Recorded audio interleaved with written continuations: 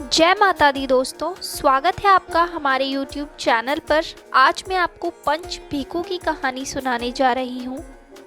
कार्तिक शुक्ल पक्ष एकादशी से 5 दिन तक पंच भीखू की पूजा करें। 11-12 को निगोट करें, 13 को जीम लें, फिर 14 पूनम को निगोट कर पूनम के दिन 5 चीज ब्राह्मणी को दे। इसी प्रकार 4 वर्ष तक एक कार्तिक उतरते की पंच भीखू करे। अगर इच्छा हो तो व्रत करके 5-5 चीजें देते जाए। 5 साल व्रत करके पूरा होने के बाद 2 जोड़ा जोड़ी ब्राह्मण व ब्राह्मणियों को भोजन करा दक्षिणा दे। तो आइए अब करते हैं पंच भीखू की कहानी प्रारंभ। एक साहूकार के बेटे की बहू थी। वह कार्तिक के महीने में सुबह जल्दी उठकर गंगा जी नहाने जाती थी। वह पराये पुरुष का मुंह नहीं देखती थी। राजा का लड़का भी गंगा जी नहाने जाता था। राजा का लड़का कहता कि मैं सुबह नहाता हूँ, मेरे से पहले कोई नहीं नहाता। जब 5 दिन कार्तिक के बीत गए तो उस दिन साहूकार के बेटे की बहू नहाकर जा रही थी और राजा का बेटा आ रहा था। शोर सुनकर जल्दी से जाने लगी, जिससे अपने मोती की माला वहीं पर भूल गई। तब राजा के बेटे ने वह मोती की माला देखी तो देखकर कहा कि यह माला किसकी है जो इतनी सुंदर है। अगर माला इतनी सुंदर है तो पहनने वाली कितनी सुंदर होगी।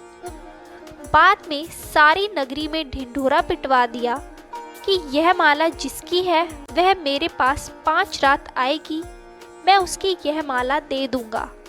और खुद वहां तोते का पिंजरा टांग कर बैठ गया।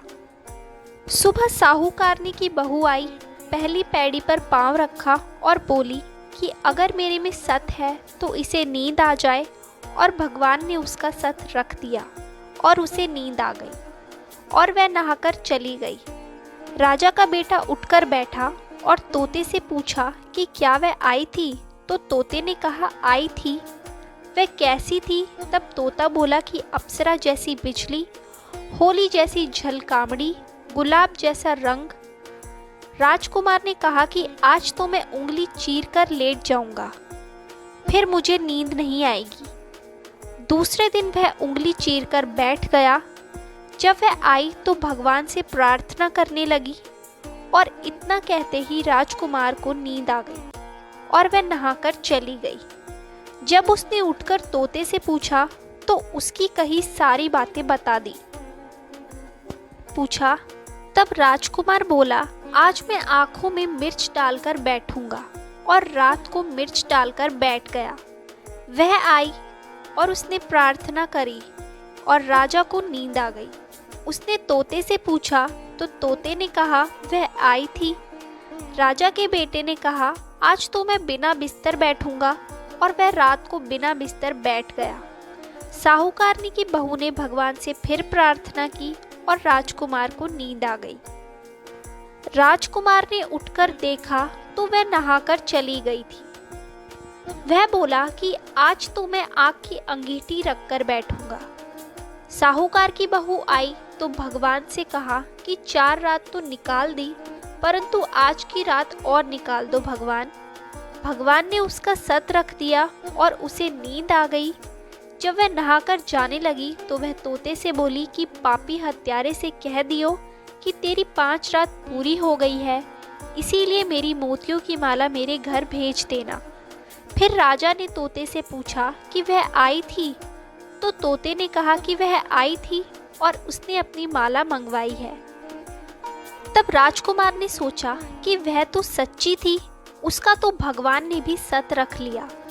थोड़े दिन बाद राजकुमार के शरीर में कोढ़ निकल गया और वह तड़पने लगा। तो राजा ने ब्राह्मण को बुलाकर पूछा कि मेरे बेटे का शरीर क्यों जल रहा है। तब ब्राह्मण ने कहा कि उस साहूकार की बहू को धर्म की बहन बना ले और उसके नहाए हुए जल से नहाए तो इसका कोढ़ ठीक हो जाएगा। राजा उसकी माला लेकर घर गया और साहूकार से कहा कि यह माला आपकी बहू की है और उसके नहाए हुए जल में मेरे बेटे को नहला दो। तो साहूकार ने कहा कि वह तो किसी पराये का मुंह भी नहीं देखती। इस नाली के नीचे राजकुमार को बैठा देना, जब वह नहाएगी तो ऊपर से वह पानी गिर जाएगा। बाद में राजकुमार बैठ गया और नहाया तो उसकी चंदन जैसी काया हो गई। हे पंच भिखु देवता, जैसा साहूकार की बहू का सत रखा वैसा सबका रखना। कहते सुनते हुंकारा भरते अपने सारे परिवार का सत रखना। तो ये थी पंच भिखु की कहानी।